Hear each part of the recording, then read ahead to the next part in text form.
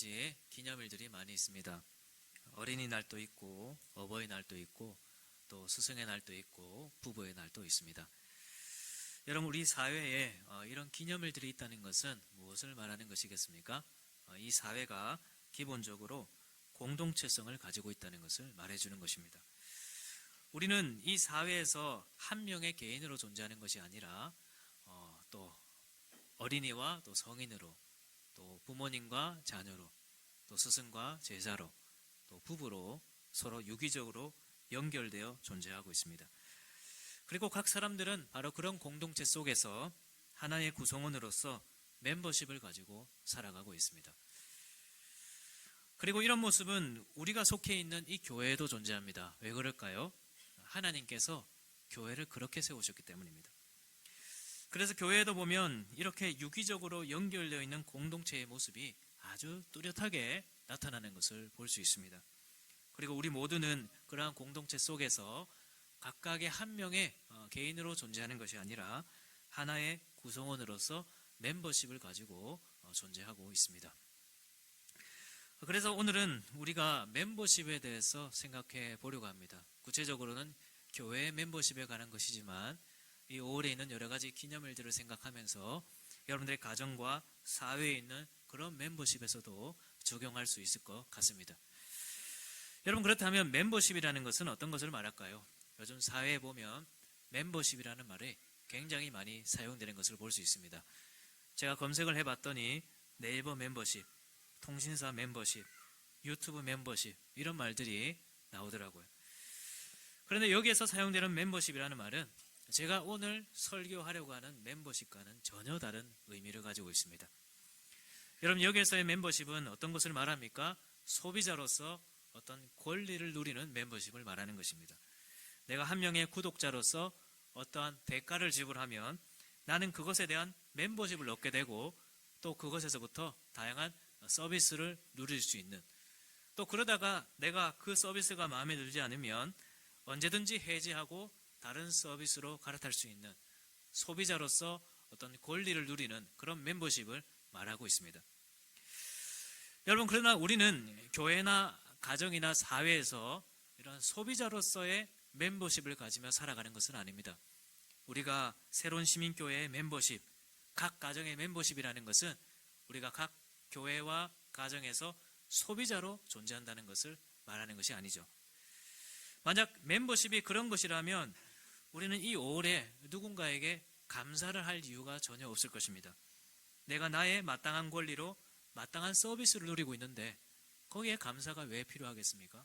우리가 부모님에 대해서도 내가 자녀로서 마땅히 권리를 누리고 사는데 그렇게 생각하면 감사할 이유가 전혀 없는 것입니다. 우리가 오늘날 감사가 사라지고 있다면 우리는 이 부분을 한번 점검해 보면 좋을 것 같습니다.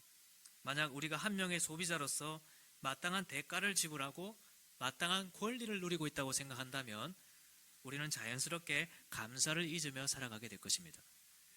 그러나 멤버십은 그렇지 않습니다. 여러분, 멤버십은 무엇일까요? 오늘 본문은 멤버십을 정말 좋은 비유를 통해 설명하고 있습니다. 그것은 한 몸과 여러 지체라는 비유입니다. 오늘 말씀에 그 부분을 잘 설명하고 있는데 우리가 5절 말씀을 함께 읽어보면 좋겠습니다. 시작. 이와 같이 우리 많은 사람이 그리스도 안에서 한 몸이 되어 서로 지체가 되었느니라. 여러분, 이것이 우리가 교회의 멤버십이라는 의미입니다. 우리 모두가 예수 그리스도 안에서 한 몸이 되고 유기적으로 각 지체로 연결되어 있는 그 모습이 우리가 말하는 교회의 멤버십이라는 겁니다. 여러분, 여기에는 어떤 소비자라는 개념이 존재하지 않습니다. 여러분, 우리의 몸을 보십시오. 우리의 몸의 어떤 지체가 합당한, 마땅한 대가를 지불하고 여기에 붙어 있는 것입니까?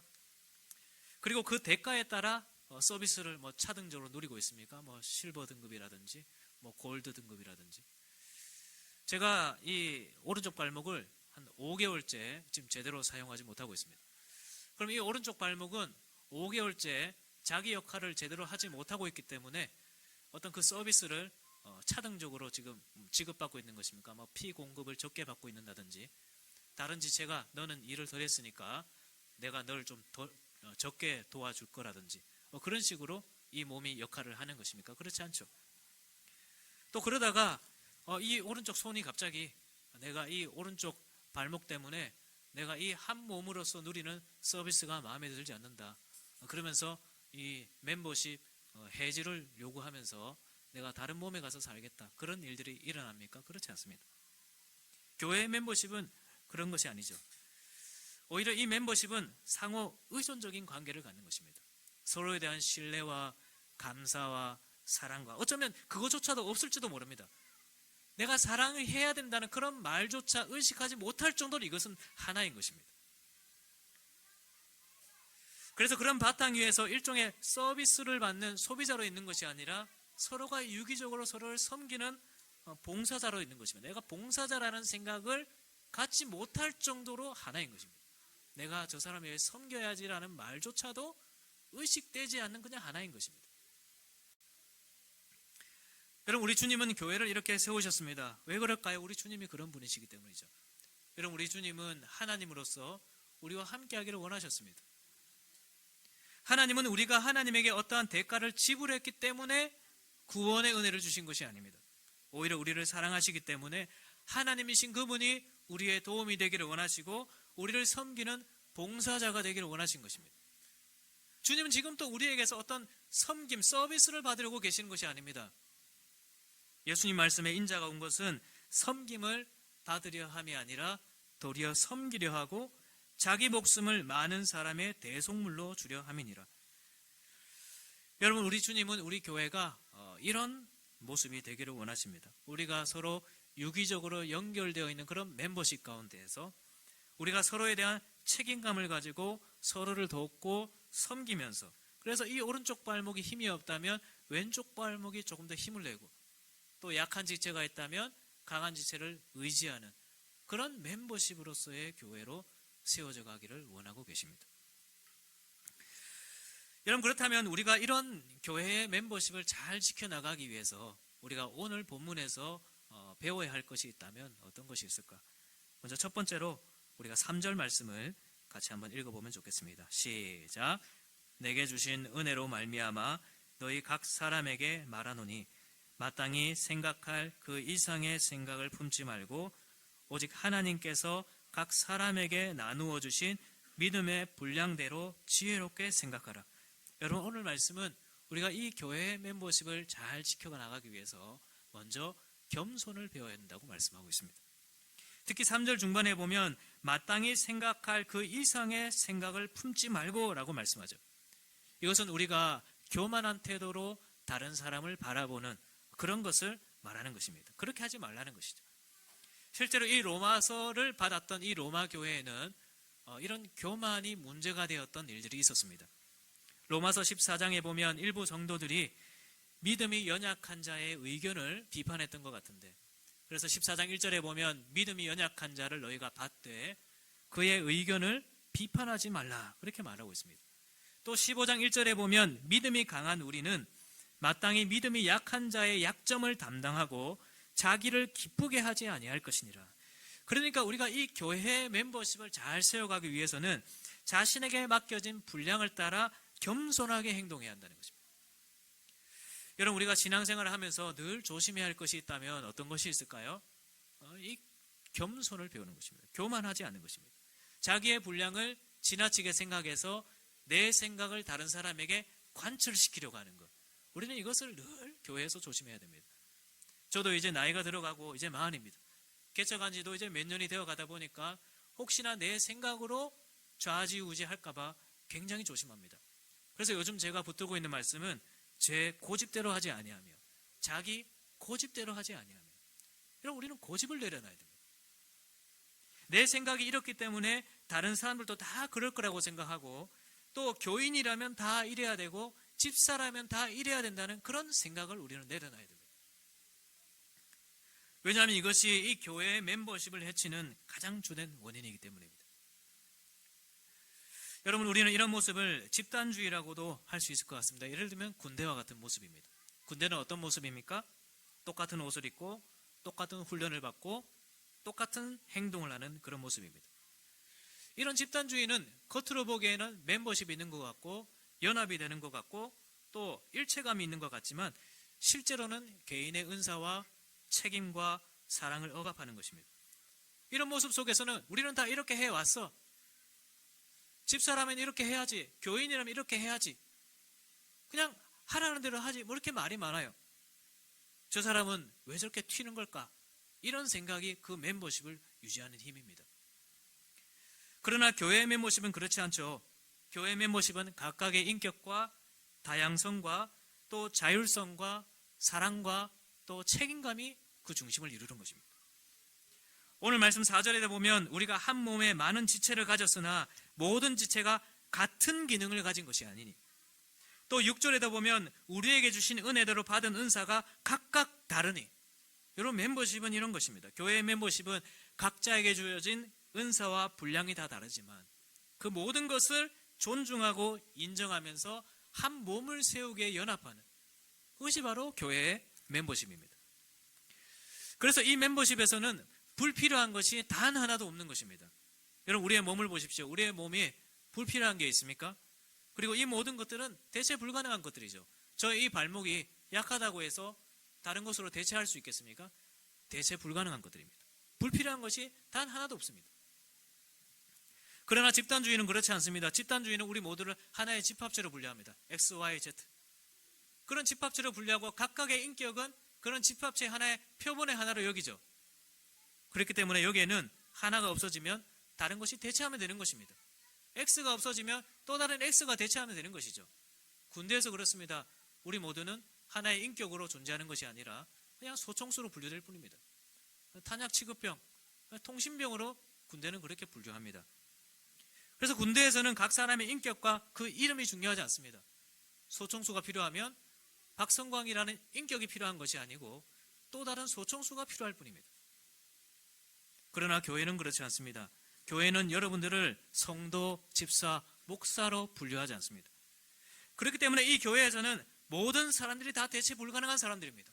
집사 한 명이 없으면 또 다른 집사가 대체하면 되는 것이 아니라 집사도 이런 집사가 있고 저런 집사가 있고 모든 사람이 대체 불가능합니다.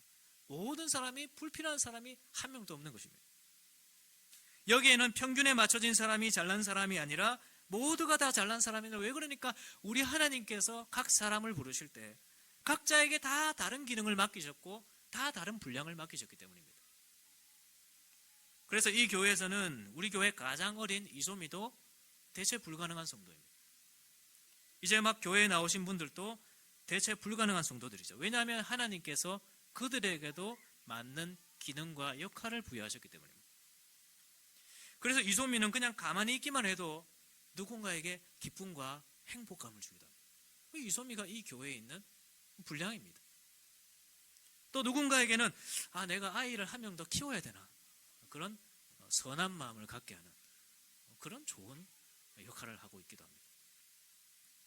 또 어떤 새가족분들은 누군가에게 그 신앙의 처음의 순간 그 순수함을 되돌아보게 하는 그런 역할을 하기도 합니다. 또 우리 교회가 새가족들에 대해서 마음을 열고 섬기고 다가가야 된다는 것을 깨닫게 하기도 하죠. 최근에 저는 우리 이재구 형제님을 보면서 참 좋은 영향을 많이 받습니다. 이 형제님은 다른 형제님들에게 하나님을 믿는 남편이 가정에서 어떠해야 되는지를 참 잘 보여주고 있습니다. 저는 우리 교회에 이런 분들이 많이 필요하다고 생각합니다. 청년들은 이런 형제님을 보고 배우고 또 이런 자매님들을 보고 자매님도 마찬가지입니다. 하나님을 믿는 아내들이 가정에서 어떠해야 되는지 우리는 그것을 성경을 통해서 배우지만 하나님께서는 우리에게 붙여주신 그 지체를 통해서 또한 배우게 하시는 것입니다. 여러분 하나님은 단 한 명도 허투루 보내시지 않습니다. 그리고 모든 성도들에게 각각 다른 기능을 맡기시고 다른 은사를 주셨습니다. 그렇기 때문에 우리는 겸손해야 됩니다. 그렇기 때문에 우리는 다른 사람을 판단해서는 안 됩니다. 누군가를 불필요하다고 생각해서도 안 되는 것입니다. 교인이라면 이렇게 해야지 그런 집단주의적인 생각을 해서도 안 됩니다. 오직 겸손해야 됩니다. 하나님께서 나에게 주신 분량 그 이상을 생각하지 말고 하나님께서 각자에게 주신 그 은사와 기능을 존중하면서 우리가 함께 사랑하고 존중하며 주님의 이 몸된 교회를 세워가는 그런 우리가 되어야 되는 것입니다.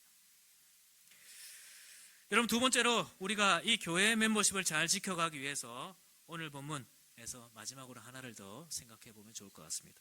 함께 6절부터 8절까지 함께 읽어보면 좋겠습니다. 시작. 우리에게 주신 은혜대로 받은 은사가 각각 다르니 혹 예언이면 믿음의 분수대로, 혹 섬기는 일이면 섬기는 일로, 혹 가르치는 자면 가르치는 일로, 혹 위로하는 자면 위로하는 일로, 구제하는 자는 성실함으로, 다스리는 자는 부지런함으로, 긍휼을 베푸는 자는 즐거움으로 할 것이니라. 여러분, 오늘 말씀은 우리에게 겸손을 가르치면서도 이 멤버십에 대한 책임을 가르치고 있습니다. 어떤 책임이죠? 하나님께서 각자에게 주신 그 은사를 따라서 그 은사를 가지고 성실히 열심히 섬겨야 한다는 책임입니다. 여러분, 이 책임이라는 것은 겸손이라는 것과 더불어서 이 교회의 멤버십을 세워가는 데서 정말 중요한 두 가지입니다. 하나는 겸손이고 하나는 책임입니다. 특히 베드로전서 4장 10절에 보면 각각 은사를 받은 대로 하나님의 여러 가지 은혜를 맡은 청지기 같이 서로 봉사하라. 특히 청지기 같이 봉사하라, 그렇게 말씀합니다. 여러분, 청지기가 어떤 사람입니까? 이 청지기라는 헬라어 단어는 집이라는 단어와 관리하다라는 단어의 합성어입니다. 그래, 청지기라는 말은 주인의 것을 내가 대신 맡아서 관리하는 그런 사람을 가리키는 것입니다.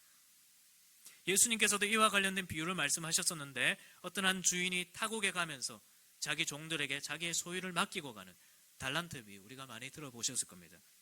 여러분, 그 비유에서 말하는 핵심이 뭐냐 하니까, 착하고 충성된 종아, 네가 적은 일에 충성하였음에 내가 많은 것을 네게 맡기리니 네 주인의 즐거움에 참여할지어다. 이 비유의 핵심은 충성입니다. 책임감입니다. 청직이라는 존재는 주인이 맡긴 것에 대해서 맡긴 것입니다. 주님이 맡긴 것에 대해서 내가 책임을 가지고 충성되이 그 주님 뜻대로 사용하는 것입니다. 영국의 윌리엄 캐리라는 목사님이 있었습니다. 이분은 근대 선교의 아버지라 불리죠. 이 사람은 원래는 구두를 수선하던 사람이었습니다. 그리고 가난한 집에서 태어났기 때문에 어떤 특별한 교육을 받지 못한 사람이었습니다. 그런데 이 사람은 그런 자신에게도 하나님께서 은사를 주셨고 또 그 은사를 따라 귀하게 사용하실 줄 믿었습니다. 그래서 이 목사님은 1793년에 아내와 함께 인도로 선교를 떠났습니다. 특별히 배우지는 못했지만 자신에게 맡겨진 일에 최선을 다했습니다. 참 대단한 것은 이 목사님은 인도에서 무려 40년간 선교를 했었는데 40년 동안 고국에 한 번도 돌아오지 않았다고 합니다. 정말 어려운 일입니다. 지금 우리가 선교지에 가 계신 분들도 적어도 7년에 한 번, 3년에 한 번, 또 어떤 분들은 1년에 한 번 나오시기도 하더라고요. 고국에 와서 또 휴식하기도 하고 재충전해서 돌아가기도 하는 그런 일을 하는데, 이분은 40년간 그냥 거기에서 그냥 묻어 산 것입니다.